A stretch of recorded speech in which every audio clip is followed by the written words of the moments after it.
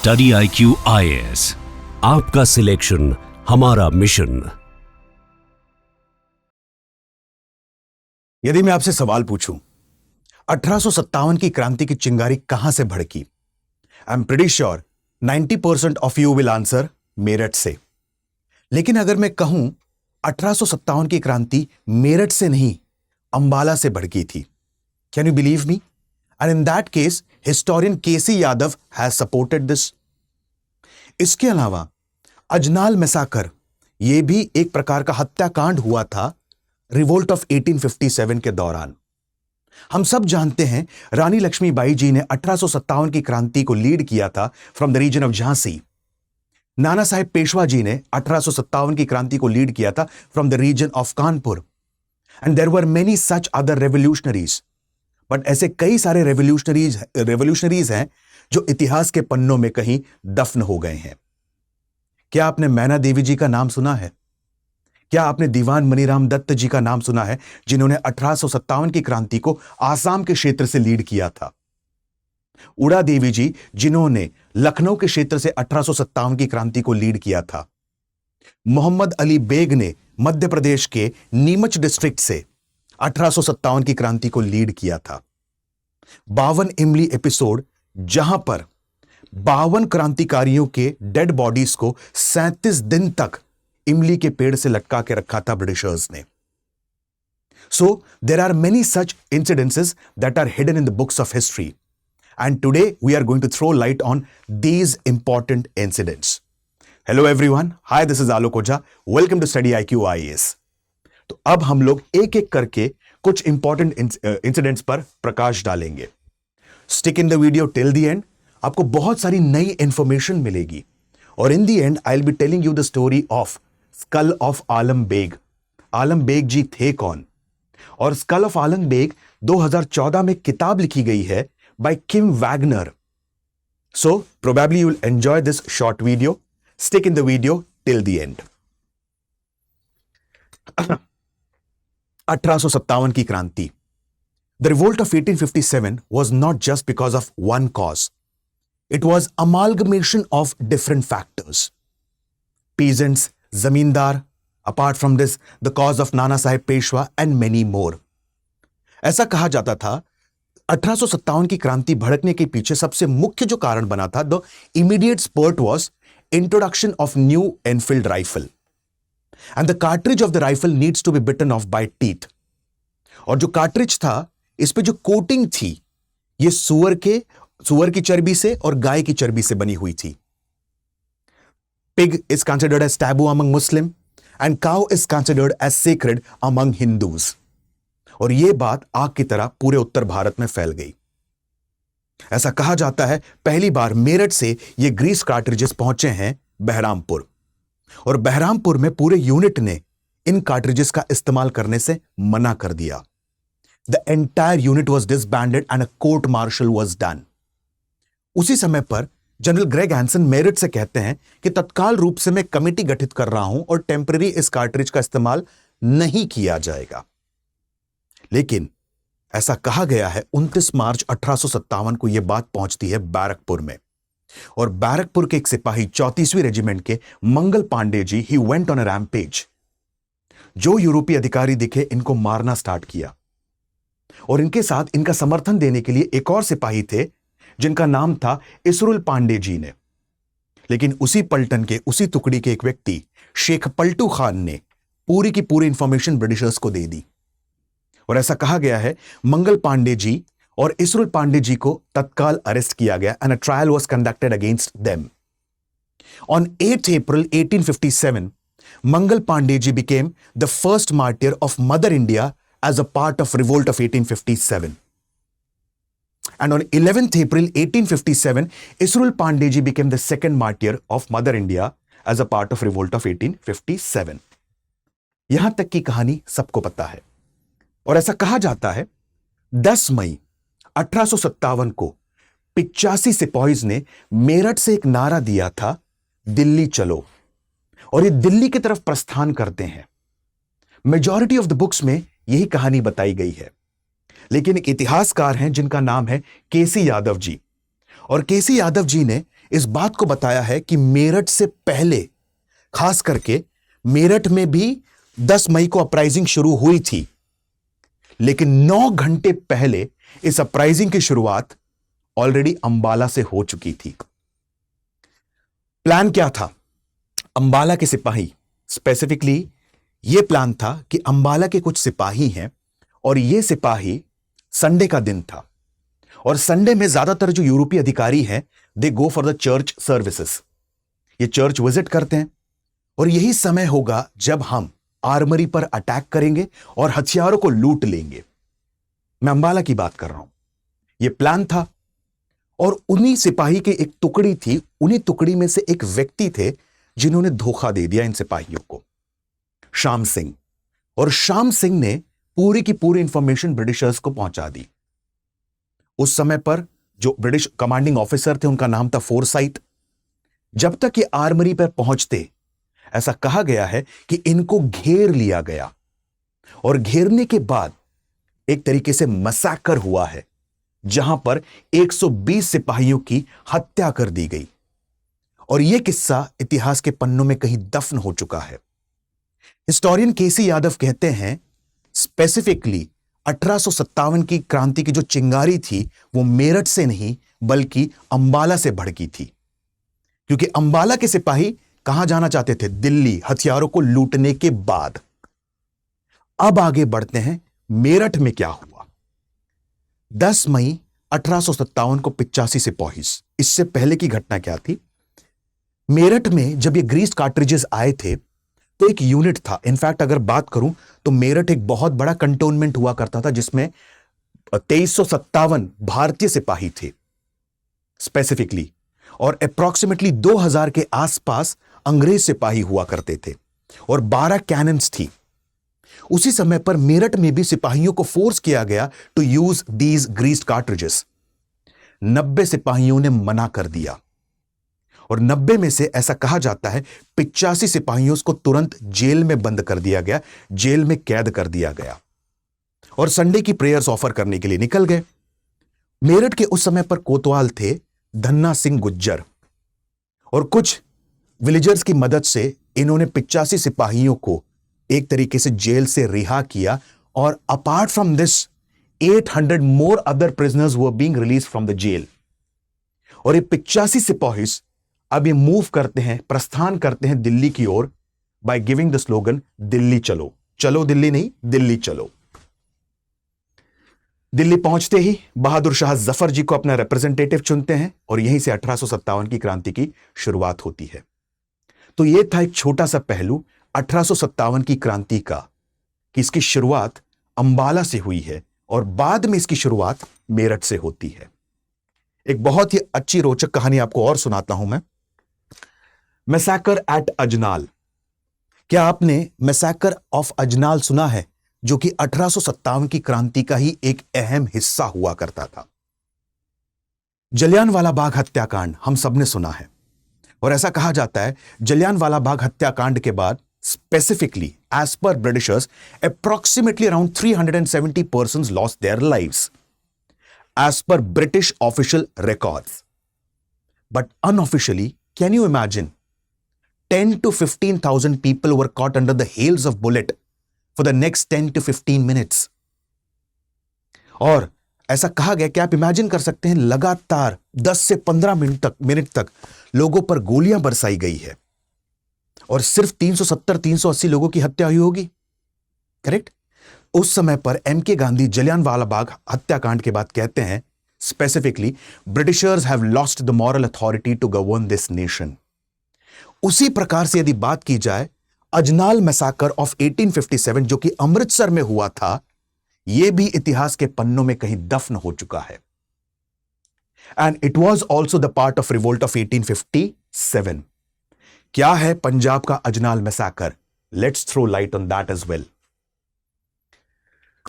अजनाल यह जगह है पंजाब में और स्पेसिफिकली ऐसा कहा जाता है मियां मीर लाहौर में सैनिकों की 26 नेटिव इन्फेंट्री यहां पर पोस्टेड थी और 13 मई को पूरे के पूरे यूनिट को डिसबैंड कर दिया गया। आने वाले समय में in the month of July जितने सोल्जर्स थे सबने रिबेल कर दिया और रिबेल करने के बाद कई यूरोपीय अधिकारियों को मार दिया। और ऐसा कहा जाता है यूरोपीय अधिकारियों को मारने के पश्चात ये नॉर्थ की तरफ आगे बढ़ते हैं और ये रावी नदी के तट पर अपना डेरा जमा लेते हैं। They camp around the region of river Ravi. उस समय के जो तहसीलदार थे प्राणनाथ, he was a part of the British, he was supportive to the Britishers and he had suppressed these, of specifically speaking, he has suppressed these mutineers। और प्राणनाथ ने कम से कम 150 सिपाहियों की हत्या की। तब तक यह बात डेप्यूटी कमिश्नर तक पहुंच गई जिनका नाम था फ्रेडरिक कूपर। जब 150 सिपाहियों की हत्या हुई है तो जो अन्य सिपाही थे इन्होंने सरेंडर कर दिया। इनको लगा कि हमको एक फेयर ट्रायल मिलेगा बिकॉज वी हैव सरेंडर्ड। और यह बात पहुंच गई फ्रेडरिक कूपर के पास जो कि डेप्यूटी कमिश्नर हुआ करते थे।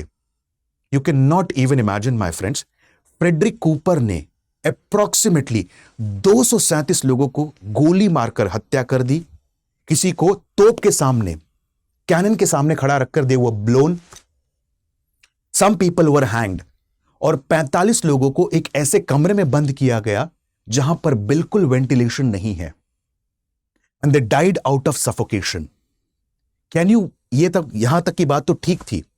इसके अलावा उन 237 लोगों को जिनको मारा गया था और जो 45 लोग थे जो सफोकेशन के कारण मर गए, इनके बॉडीज को डिस्पोज किया गया है इन अनसेरेमोनियस मैनर। इनफैक्ट कुछ इतिहासकार लिखते हैं कि इनके बॉडीज को पास ही के एक कुएं में फेंक दिया गया। और 2014 में एक तरीके से एक आर्कियोलॉजिस्ट थे जिन्होंने कुछ स्कल्स को डिस्कवर किया है और इसी को इतिहास के पन्नों में कहा गया है अजनाल मैसाकर, जो कि कहीं ना कहीं पर दफन है। एक और रोचक कहानी मैं आपको बताता हूं मैना देवी के बारे में या मैनावती जी के बारे में। करेक्ट। नाना साहेब पेशवा। नाना साहेब पेशवा जी ने 1857 की क्रांति को कानपुर के क्षेत्र से लीड किया था।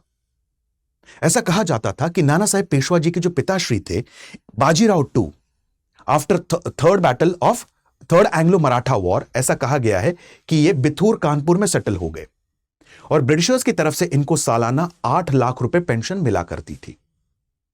इनकी डेथ हो गई। डेथ के बाद नाना साहेब पेशवा की गद्दी पर बैठ जाते हैं। अब यह पेंशन नाना साहेब पेशवा को मिलनी चाहिए, लेकिन ब्रिटिशर्स ने नाना साहेब पेशवा जी को पेंशन देने से मना कर दिया। नाना साहेब पेशवा जी ने अपने सबसे अजीज दोस्त, अपने सबसे अच्छे मित्र अजीमुल्लाह खान से कहा कि आप ब्रिटेन जाकर ब्रिटिश क्राउन से बात करें। ब्रिटिशर्स ने इनकी एक रिक्वेस्ट नहीं सुनी और नाना साहेब पेशवा के मन में कहीं ना कहीं पर ब्रिटिशर्स के प्रति एक आक्रोश था। 1857 की क्रांति ने पूरे उत्तर भारत को अपने चपेट में धीरे धीरे ले लिया और कई यूरोपीय फैमिलीज अनसेफ फील करने लगे। Approximately around 200 European families. So these family started moving towards the region of Kanpur और प्लान यही था, कानपुर से इलाहाबाद इनको सेफ पैसेज दिया जाएगा, इलाहाबाद से कलकत्ता और कलकत्ता से ही साउथ एशिया में निकल जाएंगे।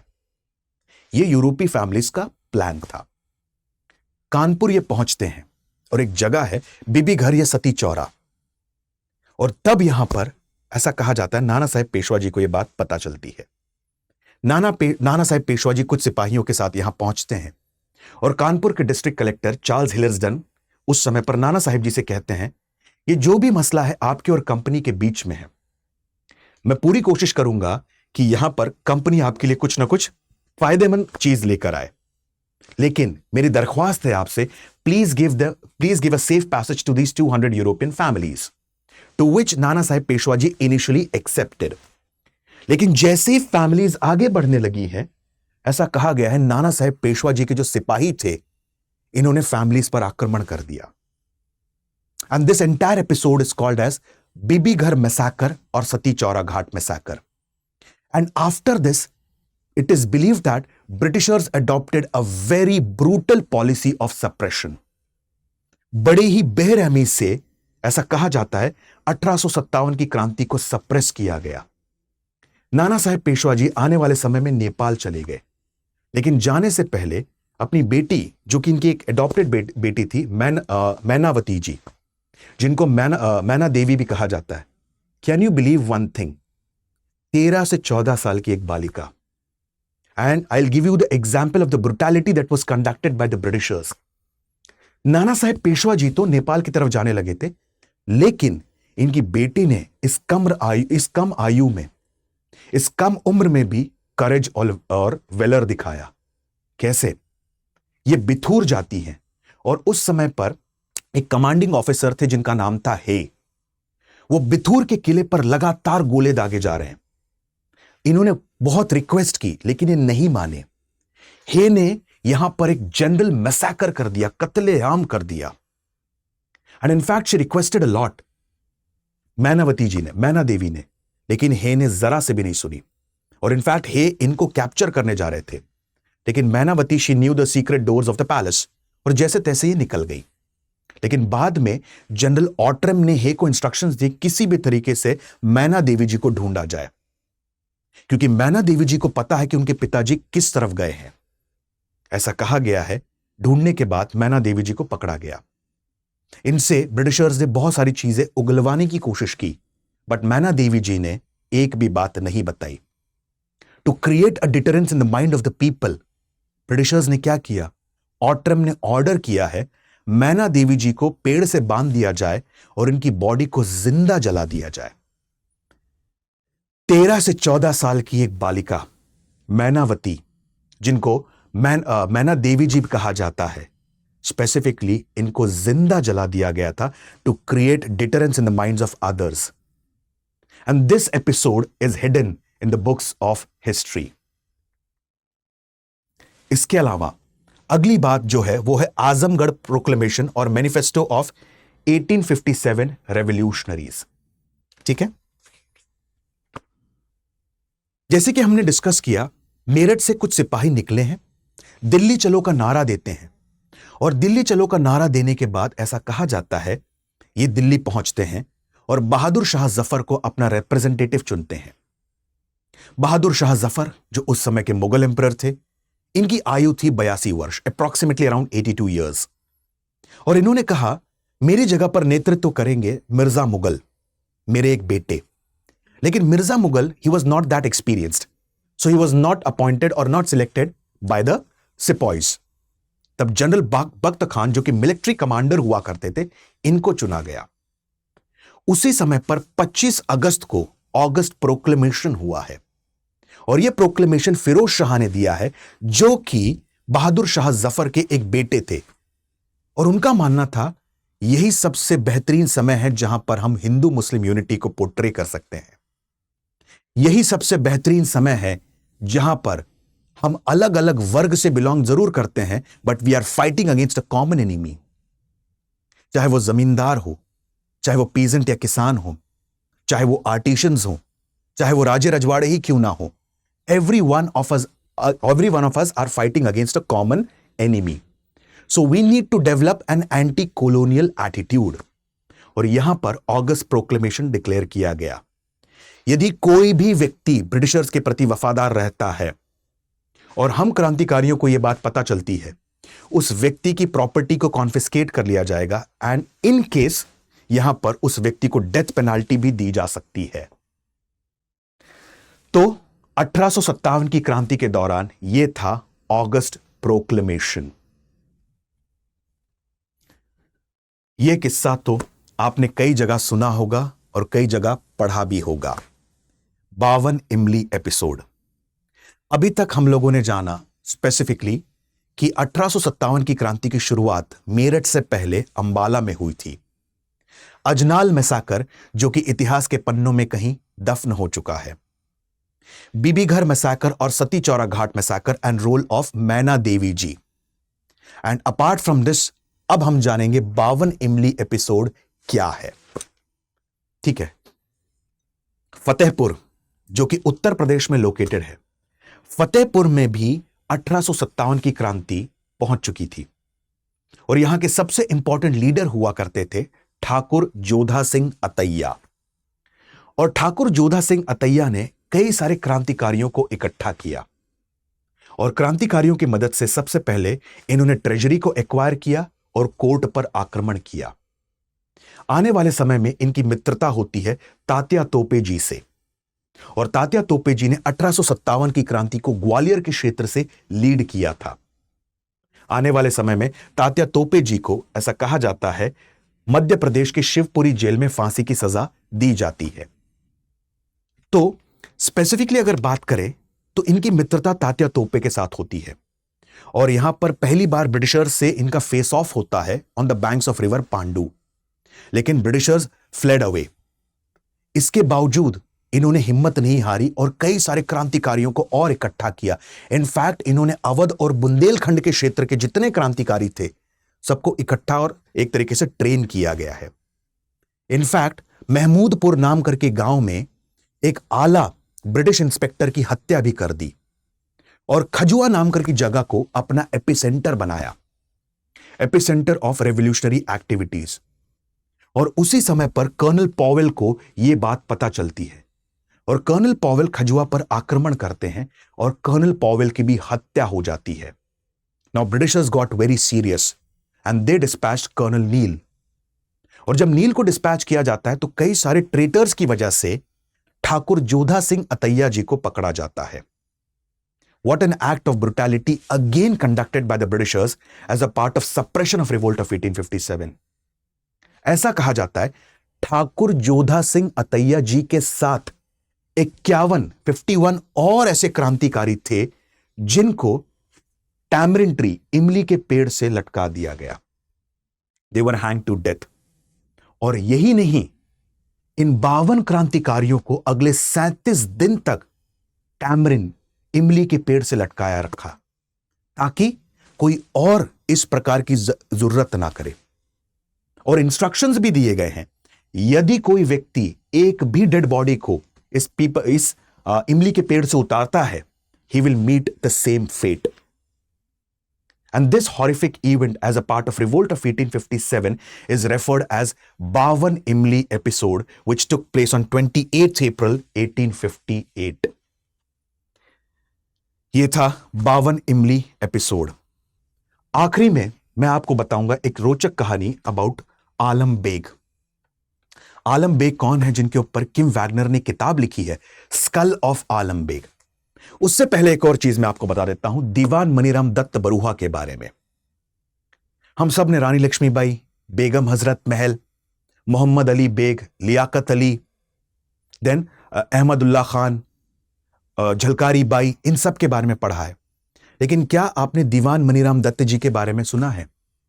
ऐसा कहा जाता है दीवान मनीराम दत्त के बारे में कि इन्होंने 1857 की क्रांति को आसाम के क्षेत्र से लीड किया था। स्पेसिफिकली अगर बात की जाए तो ब्रिटिशर्स चाय इंपोर्ट किया करते थे चाइना से और भारत से एक्सपोर्ट किया करते थे ओपियम, अफीम। इनिशियली अफीम या opium, it was used as a medicinal plant in China, but later on it was used as an addictive drug. So, Britain was dependent on tea for China and China was dependent on opium from India. In fact, अगर मैं William Bentinck के बारे में बात करूं, जब William Bentinck Bharat के governor general बनते हैं तो इन्होंने ऑब्जर्व किया कि मालवा के क्षेत्र में, खास करके नीमच और मंदसौर के क्षेत्र में अफीम की खेती होती है। तो यहां पर ऐसा कहा जाता है कि he imposed duty on the cultivation of opium and apart from this opium could only be sold to the Britishers. क्यों? क्योंकि ये बेचेंगे चाइना को and they will accrue huge amount of profit. और उस समय पर ये टी पर निर्भर थे। इनफैक्ट थॉमस मैनुअल लिखते हैं China got opium, Britain got T and India got colonialism. अब ऐसा कहा जाता है कि यहां पर नॉर्थ ईस्टर्न पार्ट में Singapore tribe it was involved in the cultivation of T और दीवान मनीराम दत्त बरूहा जी इनिशियल तौर पे एक तहसीलदार के रूप में नियुक्त थे इंग्लिश ईस्ट इंडिया कंपनी के लिए। आने वाले समय में ये खुद का टी एस्टेट स्टार्ट करना चाहते थे और कंपनी के एक अधिकारी चार्ल्स ब्रूस ये भी कहीं ना कहीं पर भारत में चाय की कमर्शियल खेती की शुरुआत करना चाहते थे। तो इन्होंने शुरुआती तौर पर दीवान मनीराम दत्त जी के नॉलेज का इस्तेमाल किया। आने वाले समय में जब दीवान मनीराम दत्त जी ने कहा कि मैं खुद के टी एस्टेट स्टार्ट करना चाहता हूं, इस पर ब्रिटिशर्स ने आपत्ति जताई और तब 1857 की क्रांति में शामिल होते हैं Diwan Maniram Dutta Baruah from the region of Assam. In fact, he also participated along with his brother Pyali Baruha, and both of them were hanged at a place called as Jorhat jail in Assam. और आखिरी आपको एक कहानी सुनाता हूं, the skull of Alam Beg. Skull of Alam Beg, ऐसा कहा गया है, आलम बेग ये सियालकोट में पोस्टेड थे, जो कि पंजाब में, आज की डेट में पाकिस्तान में। और उस समय पर 1857 की क्रांति ने पूरे उत्तर भारत को अपने चपेट में ले लिया था। तो कई सारे सिपाहियों ने, खास करके इनके सहमित्रों ने, इनके साथ वाले जो सिपाही थे, इन्होंने बहुत सारे यूरोपियन फैमिलीज को मार दिया था। उनमें से एक स्कॉटिश फैमिली भी थी। तो स्कॉटिश फैमिली को मारने के बाद ये कुछ सिपाही, चंद सिपाही यहां से भाग निकलते हैं, लेकिन आने वाले समय में इनको पकड़ लिया जाता है। और पकड़ने के बाद ऐसा कहा जाता है कि इनको पब्लिकली एग्जीक्यूट किया गया, मतलब इनका गला कलम कर दिया गया। और जब इनको पब्लिकली एग्जीक्यूट किया जा रहा था, तब उस समय पर एक आयरिश कैप्टन थे जो वहां मौजूद थे, और उन आयरिश कैप्टन का नाम था आर्थर। ठीक है, स्पेसिफिकली अगर मैं बात करूं तो इनका नाम था आर्थर कॉलसेटो। ठीक है, अब ऐसा कहा गया आने वाले समय में, जैसे आयरिश मैन थे जिनका नाम था कैप्टन आर्थर, सिर्फ आप इतना याद रख लीजिए फिलहाल के लिए, आर्थर। 1963 में आलम बेग का जो स्कल था, यह लंदन के एक पब में पाया गया। ठीक है, और इस पब का नाम था लॉर्ड क्लाइड पब। तो कुछ समय बाद जो पब के मालिक थे, इन्होंने इस स्कल को किम वैगनर को सौंप दिया। और किम वैगनर, उस 2014 की बात बता रहा हूं, किम वैगनर उस समय पर साउथ एशियन हिस्ट्री पर रिसर्च कर रहे थे। तो किम वैगनर एक किताब लिखते हैं, स्कल ऑफ आलम बेग, और बताते हैं कि हो सकता है ये जो आर्थर थे, जो आयरिश कैप्टन थे, इन्होंने इस जो स्कल था इसको ले आए हों, और लाने के बाद ये एक तरीके से लॉर्ड क्लाइड पब में हो। और 1963 में स्पेसिफिकली यहां पर यह डिस्कवर किया गया हो। तो जो पब के ओनर्स ने सोचा कि इसकी सही जगह भारत में है, क्योंकि हो सकता है ये एक ब्रिटिश सोल्जर, ये हो सकता है एक इंडियन सोल्जर का स्कल हो। तब इनकी मुलाकात होती है किम वैगनर से, जो कि साउथ एशियन हिस्ट्री पर किताब लिख रहे थे, और उन्होंने किताब लिखी है स्कल ऑफ आलम बेग। ऐसी कई सारी कहानियां हैं जो इतिहास में कहीं दफन हैं। एक सवाल है मेरा, और सवाल है, 1857 की क्रांति के दौरान there were two symbols, one was lotus, other was chapati. 1857 revolt is also called as chapati revolution. Why? Example देता हूं मैं, और आपने ये कहानी सुनी भी होगी। 1849 के बाद ही ये किस्सा शुरू हो गया था, और खास करके उत्तर भारत में, नॉर्दर्न पार्ट ऑफ इंडिया, और खास करके यूपी के क्षेत्र में। और हुआ क्या, एक विलेज मैन आएगा, और जो विलेज वॉचमैन होगा, इसको चपातियों का एक बंडल पकड़ाएगा। यह विलेज वॉचमैन हर घर में जाकर चपाती डिस्ट्रीब्यूट करेगा। कुछ समय बाद जाकर फ्रेश चपातीज यहां से कलेक्ट करेगा, यह दूसरे गांव जाएगा, वहां के वॉचमैन को चपातीज देगा, and he will do the same. वो भी डिस्ट्रीब्यूट करेंगे। कुछ समय बाद फ्रेश चपातीज गांव के हर घर से इकट्ठा किया जाएगा, और यह दूसरे विलेज में भेजा जाएगा। ठीक है, इस पूरे सिलसिले को पहली बार ऑब्जर्व किया था मार्क थॉर्नहिल ने, और मार्क थॉर्नहिल ने डलहौजी को इन्फॉर्म किया था, but it was initially ignored by the company. उनको लगा कि हो सकता है ये कोई कस्टम या प्रथा हो। आने वाले समय में इसी चीज को ऑब्जर्व किया है डॉक्टर गिलबर्ट हैडो ने, लेकिन ऐसा कहा जाता है कि कहीं ना कहीं पर चपाती का कोरिलेशन हुआ करता था 1857 की क्रांति के साथ। क्यों? क्योंकि हो सकता है चपाती के साथ कुछ मैसेजेस भी पहुंचाए जाते हो गांव वालों में। So 1857 revolt is also referred as chapati revolution. Okay, एक सवाल please answer in the comment section. हम सब जानते हैं 1911 तक भारत की राजधानी थी कलकत्ता। 1911 के बाद भारत की राजधानी हो गई Delhi. What was the capital of India for one day? ऐसी कौन सी जगह है जो भारत की राजधानी एक दिन के लिए हुई थी? And precisely on 1 November 1858. So my friends, this was a short story on different aspects of revolt of 1857. Hope you liked the video. In coming sessions, I would be coming up with more such interesting stories hidden within the books of history. So guys, आज मैं अपने शब्दों को यहीं विराम देता हूं. Signing off. This is Alok Ojha. Thank you. Study IQ IAS, आपका सिलेक्शन हमारा मिशन.